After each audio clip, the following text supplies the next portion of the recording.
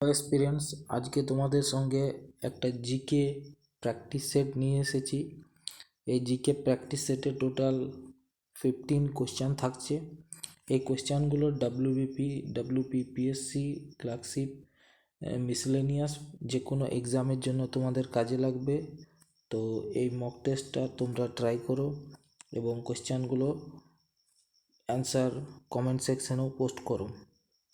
তো first question, বিশ্বের দীর্ঘতম রেলওয়ে প্ল্যাটফর্মটি কোন রাজ্যে অবস্থিত? এখানে টাইপিং একটু মিস্টেক হয়েছে। তো বিশ্বের দীর্ঘতম রেলওয়ে প্ল্যাটফর্ম এখন কোন রাজ্যে আছে? তো এটা আছে কর্ণাটক রাজ্যে। ঠিক আছে, কর্ণাটক রাজ্যে হুবলি বা হুব্বালি একটা স্টেশন আছে, সেই স্টেশনটা হচ্ছে লংগেস্ট স্টেশন। ঠিক আছে, অপশন সি হচ্ছে কারেক্ট অ্যান্সার। নেক্সট, ভারত কত সালে আন্তর্জাতিক মুদ্রা তহবিলের সদস্য হয়? IMF, আন্তর্জাতিক মুদ্রা তহবিল অর্থাৎ IMF, যার হেডকোয়ার্টার হচ্ছে ওয়াশিংটন DC। ঠিক আছে, তো ভারত সদস্য হয় 1945 সালে। অপশন এ হচ্ছে কারেক্ট অ্যান্সার। 1945 সাল থেকে ভারত IMF এর সদস্য। নেক্সট কোয়েশ্চেন, গরিবি হাটাও স্লোগানটি কোন পরিকল্পনার সময় দেওয়া হয়েছিল? তো গরিবি হাটাও স্লোগানটি, অপশানগুলো দেখো, প্রথম, পঞ্চম, তৃতীয়, চতুর্থ। তো এটার কারেক্ট অ্যান্সার হবে পঞ্চম। ঠিক আছে, পঞ্চম বা 5th 5-year প্ল্যানে কিন্তু এই গরিবি হাটাও প্রকল্পটি নেওয়া হয়েছিল। Option B. ঠিক আছে, নেক্সট কোয়েশ্চেন, নিম্নলিখিতগুলির মধ্যে কোনটি একটি প্রত্যক্ষ কর নয়? তো আমরা জানি দু রকমের কর আছে, একটা ডাইরেক্ট আর একটা আছে ইনডাইরেক্ট। ডাইরেক্ট করের মধ্যে পড়ে কি কি? ইনকাম ট্যাক্স পড়ে, ওয়েলথ ট্যাক্স পড়ে, কর্পোরেশন ট্যাক্স পড়ে। আর ইনডাইরেক্ট ট্যাক্সের মধ্যে যেমন GST আছে, সেলস ট্যাক্স আছে বা বিক্রয় কর আছে ইত্যাদি আছে, এক্সাইজ আছে, এই ট্যাক্সগুলো আছে। তো এখানে কারেক্ট অ্যান্সার হবে বিক্রয় কর, প্রত্যক্ষ কর নয়। তো বিক্রয় কর একটা অপ্রত্যক্ষ কর। অপশান সি হয়ে গেল correct answer. Next question, difficult question আছে। তো কোয়েশ্চেন যেগুলো ডিফিকাল্ট থাকবে সেগুলো মার্ক করা থাকবে। তো কোন বৈশিষ্ট্যটি ক্রান্তীয় সাভানা জলবায়ু অঞ্চলের বৈশিষ্ট্য? তো বিভিন্ন জলবায়ু অঞ্চলে পৃথিবী থেকে ভাগ করা হয়েছে। সেই জলবায়ু যেমন ভূমধ্যসাগরীয় জলবায়ুর ক্ষেত্রে কি হয়? শীতকালে বৃষ্টিপাত হয়। ঠিক আছে, এই যে অপশান বি যেটা আছে সেটা কিন্তু ভূমধ্যসাগরীয় জলবায়ুর বৈশিষ্ট্য। আরেকটি নির্দিষ্ট শুষ্ক এবং আর্দ্র ঋতু থাকে, সেটা হচ্ছে সাভানা জলবায়ুর বৈশিষ্ট্য। অপশান ডি হচ্ছে কারেক্ট অ্যান্সার। ঠিক আছে, আর শীতকালে বৃষ্টিপাত হয় সেটা হচ্ছে মেডিটেরিয়ান বা ভূমধ্যসাগরীয় জলবায়ু। Next question, mid day meal শুরু হয় কোন পঞ্চবার্ষিকী পরিকল্পনায়? তো আমরা জানি মিড ডে মিল একটা গুরুত্বপূর্ণ প্রকল্প, যার সাহায্যে বাচ্চাদেরকে টিফিনের পর প্রত্যেকটি প্রাথমিক স্কুলে 8 পর্যন্ত এবং যে হাই স্কুলগুলো আছে সেক্ষেত্রে ক্লাস 8 পর্যন্ত খাওয়া দাওয়ার ব্যবস্থা আছে। তো সেটা চালু হয় 8th 5-year প্ল্যান থেকে, 8th FYP থেকে, এবং এটা যদি সাল বলা হয় তো 1995। ঠিক আছে, অপশান বি হচ্ছে কারেক্ট অ্যান্সার। নেক্সট কোয়েশ্চেন, 1985 সালে ভারতীয় সংবিধানের কততম সংশোধনী হয়েছিল? তো ভারতের বিভিন্ন রকম সংশোধনী হয়। আমরা জানি আর্টিকেল 368 368 অনুযায়ী সংবিধানকে কিন্তু সংশোধিত করা যায় বিভিন্ন প্রক্রিয়ার মাধ্যমে। ঠিক আছে, এবং সংবিধান সংশোধনীর যে বিল সেটা কিন্তু পার্লামেন্টের উভয় কক্ষের মধ্যেই আনা যায়। তো 1985 সালে যে সংবিধান সংশোধনীটি হয়েছিল সেটি হচ্ছে 52তম সংবিধান সংশোধনী, এবং এর মাধ্যমে কি যুক্ত হয়? অ্যান্টি ডিফেকশন বা দলত্যাগ বিরোধী আইন, যেটা 10ম তফসিলে আছে। ঠিক আছে, 10th শিডিউলে আছে, 10th শিডিউলটা যুক্ত হয়। ঠিক আছে, যেটা অ্যান্টি ডিফেকশন বা দলত্যাগ বিরোধী আইন 1985 সালে 52তম সংবিধান সংশোধনীর দ্বারা, অপশন বি। নেক্সট কোয়েশ্চেন, কে সত্যবিলোপ নীতির প্রবর্তন করেন? অপশানগুলো তোমরা দেখো। এই কোয়েশ্চেনটা অত্যন্ত সহজ কোয়েশ্চেন, তোমাদের জন্য এই কোয়েশ্চেনটা রাখলাম। কমেন্ট সেকশনে তোমরা এটার অ্যান্সার জানাবে এবং ভিডিওটা ভালো লেগে রাখলে তোমরা লাইক করবে এবং চ্যানেলটা অবশ্যই সাবস্ক্রাইব করবে। ঠিক আছে, নেক্সট কোয়েশ্চেন যাওয়া যাক। এটা তোমাদের জন্য থাকলো কোয়েশ্চেন নাম্বার 8। নেক্সট, নিচের কোনটি সবচেয়ে উৎকৃষ্ট কয়লার উদাহরণ? তো সবচেয়ে কয়লার যে আমরা প্রকারভেদ পাচ্ছি 4 রকম আছে। তো অ্যান্থ্রাসাইট, লিগনাইট, বিটুমিনাস, লিগনাইট এবং পিট, 4 ধরনের কয়লা। তো সবচেয়ে উৎকৃষ্ট কয়লা সেটা হচ্ছে অ্যান্থ্রাসাইট। আর ভারতে যে কয়লাটা পাওয়া যায় সেটা হচ্ছে বিটুমিনাস। ভারতে কিন্তু সবচেয়ে বেশি এই বিটুমিনাস কয়লাটাই পাওয়া যায়, যার কোয়ালিটি খুব একটা ভালো নয়। তো উৎকৃষ্ট যদি বলেছে তো অপশান এ হচ্ছে কারেক্ট অ্যান্সার।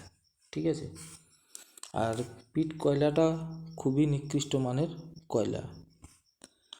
আর দক্ষিণ ভারতে যে ন্যায় ভ্যালিতে কিন্তু লিগনাইট খনি আছে। তো এই কোয়েশ্চেনগুলো অনেক সময় পরীক্ষায় আসে, সেই জন্য আমি ডিসকাস করে দিলাম।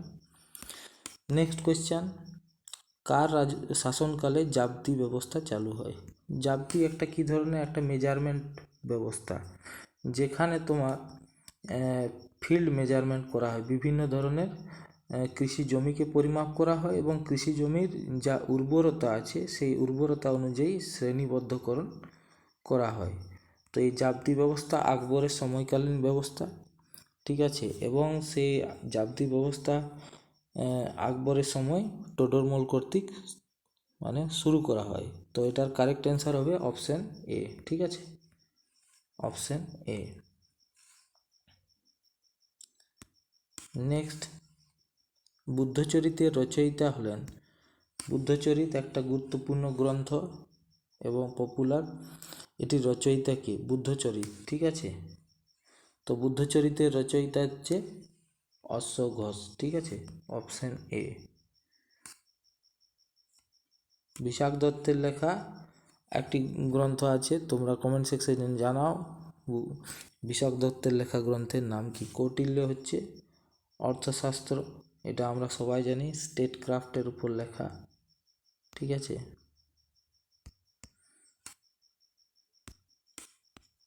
নেক্সট কোয়েশ্চেন, বাতাপির চালুক্যদের বর্তমান ভারতের কোন রাজ্যে উন্মেষ ঘটেছিল? তো চালুক্য বংশ কোন ভারতের কোন স্থানে কিন্তু তাদের আবির্ভাব হয়েছিল সেটা কোয়েশ্চেন। অপশানগুলো আছে মহারাষ্ট্র, তামিলনাড়ু, কর্ণাটক, কোনোটিই নয়।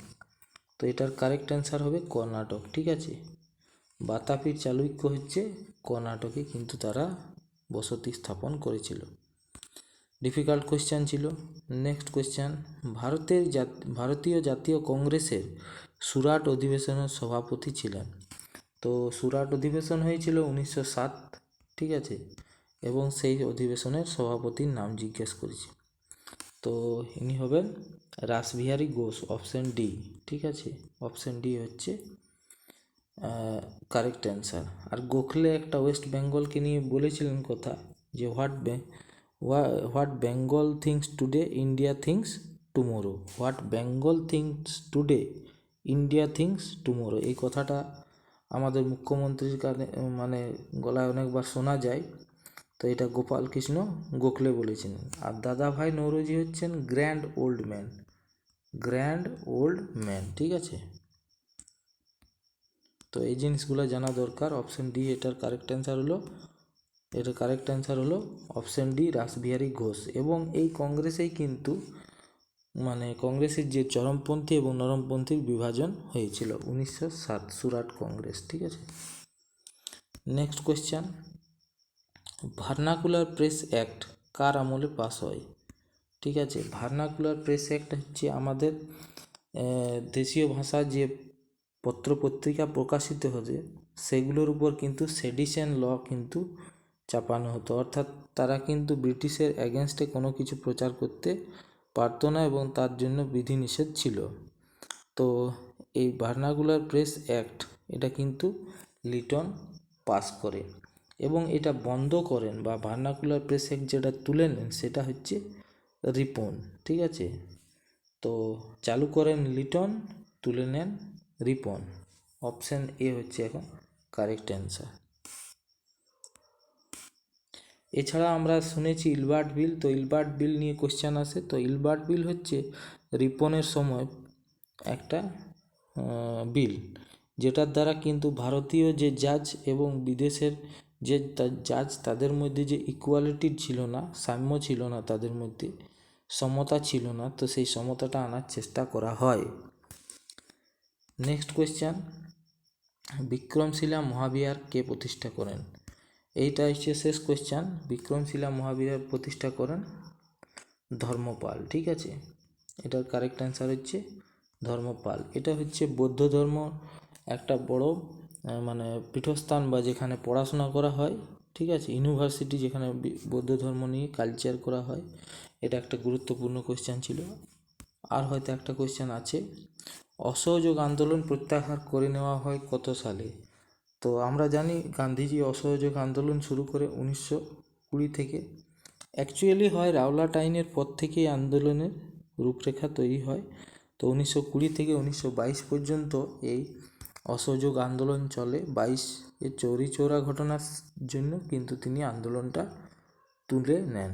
ঠিক আছে, তো এটা হচ্ছে option D is the correct answer. তো আজকে আমরা 16টা টোটাল কোয়েশ্চেন করলাম। কার কত স্কোর হলো তোমরা জানাও, এবং এই ভিডিও কিন্তু আমি প্রত্যেক দিন একটা করে মক টেস্ট আনি। তোমরা চ্যানেলটা অবশ্যই সাবস্ক্রাইব করো এবং নোটিফিকেশনের বেল আইকনটা প্রেস করে রাখো। Thank you for watching.